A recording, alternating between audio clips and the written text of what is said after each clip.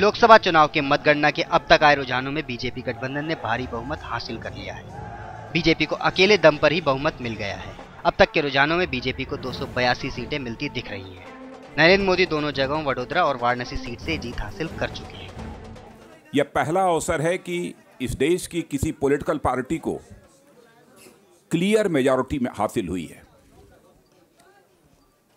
और इस स्वतंत्र भारत के इतिहास में भारतीय जनता पार्टी एक ऐसी अकेली राजनीतिक पार्टी है जिसने कि कांग्रेस पार्टी से भी अपना पॉलिटिकल स्टेचर बड़ा करने में कामयाबी हासिल की है। और पहली बार ऐसा हुआ है कि ज्योग्राफिकल और सोशल बाउंड्री को भी पार करने में भारतीय जनता पार्टी ने इस बार पूरी तरह से कामयाबी हासिल कर ली है।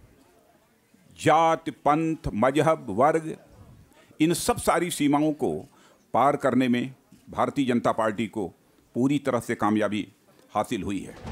543 सीटों में अब तक सभी सीटों के रुझान आ चुके हैं। इनमें बीजेपी गठबंधन 332 और कांग्रेस गठबंधन 60 सीटों पर आगे है।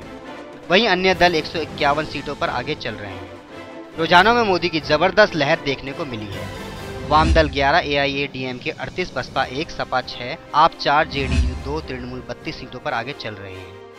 अब तक आए रुझान में बीजेपी को भारी बढ़त मिल गई है और मोदी की अगुवाई में केंद्र में सरकार बननी तय हो गई है। 16वीं लोकसभा के गठन के लिए 9 चरणों में हुए लोकसभा चुनावों की मतगणना शुक्रवार सुबह देश भर में शुरू हो गई थी। भारत के इतिहास में सबसे लंबे चले चुनाव में नरेंद्र मोदी, सोनिया गांधी, राहुल गांधी और अरविंद केजरीवाल जैसे दिग्गजों समेत 8,251 उम्मीदवार मैदान में थे, जिनकी तकदीर का फैसला EVM मशीनों ने किया।